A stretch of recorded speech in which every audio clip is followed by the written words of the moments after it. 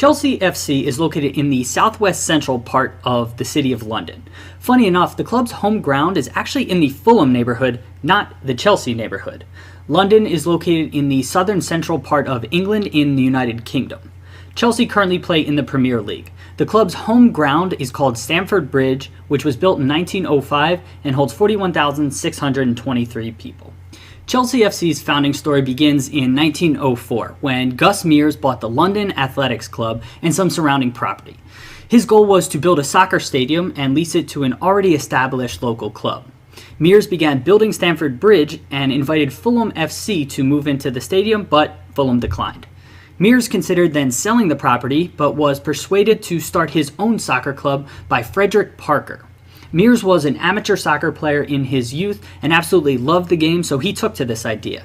On March 10, 1905, at the Rising Sun pub, Mears, along with a handful of other founding directors, started Chelsea FC as a way to utilize Stamford Bridge.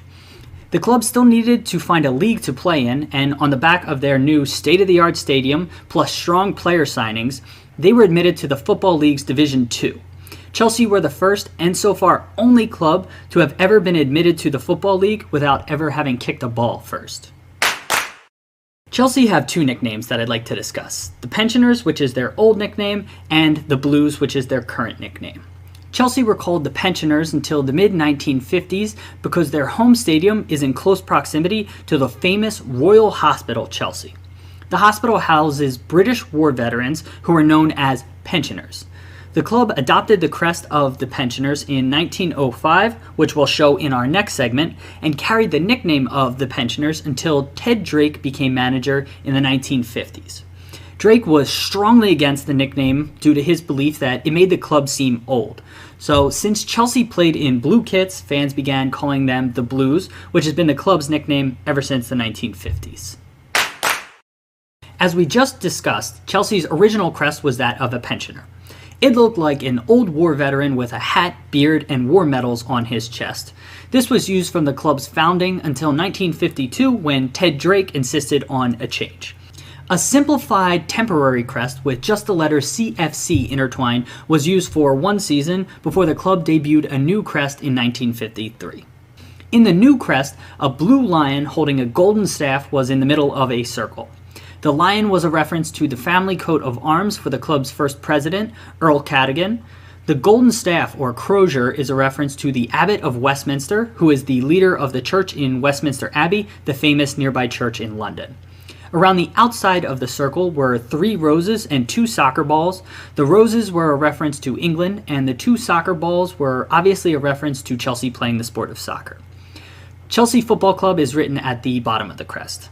This crest was changed in the 80s due to some trademark complications before the current crest was implemented in the 2004-2005 season to celebrate the club's 100-year anniversary.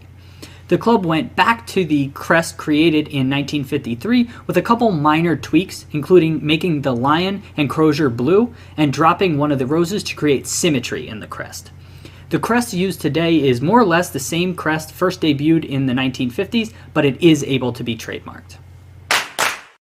A historic club like Chelsea has many important events in their history, but I'd like to discuss 4 of them in this section. On April 23, 1955, Chelsea FC beat Sheffield Wednesday 3-0 to secure their first ever First Division title. The title was a bit of a shock as most people expected Chelsea to finish in the bottom half of the table that season. But Ted Drake was able to lead the club to claim their first ever top flight championship in their 50th year of existence. The next event happened about 3 decades later. On April 2, 1982, Chelsea was sold from the founding Mears family to a businessman named Ken Bates for £1. The club had been underperforming on the pitch for years and were about £1.5 million in debt. They were in danger of going bankrupt until Bates came to the rescue.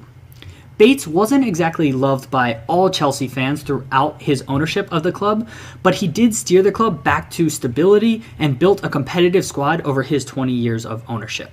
Then, Roman Abramovich entered the picture, which brings us to the next moment I'd like to discuss in this section.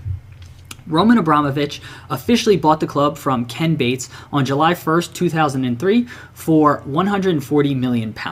That was a record sale for an English club at the time. With Abramovich's ownership came a huge influx of money and a changing of the way the Premier League and its clubs did business. Abramovich has attracted some of the best players and managers to Chelsea, which has seen them rise to become one of the most successful clubs in English soccer history. Abramovich's culminating achievement is the last important event I'd like to cover in this section. On May 19, 2012, Chelsea beat Bayern Munich on penalties in the Champions League final at Bayern's home stadium of the Allianz Arena. Bayern took a lead late in the match, but Chelsea was able to level in the 85th minute through club legend Didier Drogba. The match ended 1-1, with Chelsea winning 4-3 on penalties after 7 rounds of shooting. It was a wonderful redemption for the club, who had lost painfully on penalties in the 2008 Champions League final to Manchester United. Chelsea remains the first and only London-based club to have won the Champions League or UEFA European Cup.